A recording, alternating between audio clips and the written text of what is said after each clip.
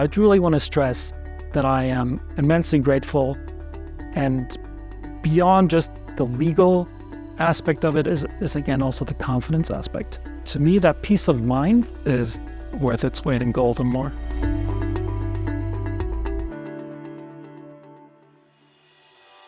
The dispute that brought me to you guys is as follows. So we own some property in Boulder County. It's a mountain property. It's not built. It's an empty piece of land.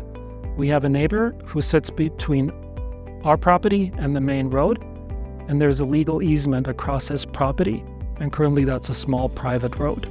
During COVID, those times where a lot of people just went into the mountains with their campers and tents and whatever else and just hung out there, we had a lot of issues because it's a very secluded, beautiful piece of land, that people would just trespass onto our land and camp on the land and do all kinds of quote-unquote illegal activities. One day I had an incident where I was just happened to go up there to go hiking with a dog, and we were attacked by a couple dogs, and it turns out there's a whole bunch of squatters up there. And that was not the first time this had happened. So at that point, I contacted our neighbor whose property, whose easement is across his property, and we talked about this, and then he actually recommended that we put up a gate. I went to a different law company, a small company in Boulder, and they wrote up a contract, right? Because the issue was who's going to own the gate, responsible for the gate, the maintenance, all these other things. I had said we will pay for the whole gate, but it could belong to the other person, right? Just as a thank you.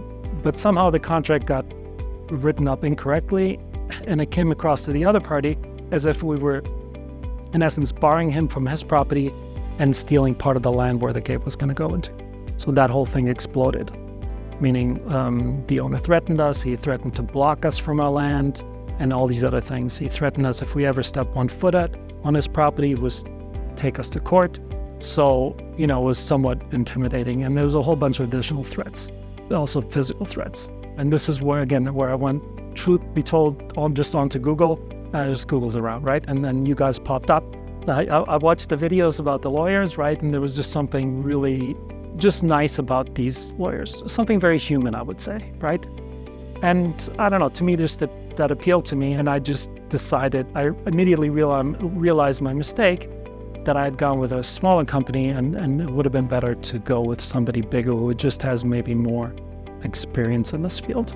And then, I reached out, I called, and everything just flowed. There was none of this aggressiveness in terms of hey, we want to get you as a client. It was really done very kind, very just in a really polite, non-pushy way, right? This is what we can offer you, Dean, and then we'll decide, right?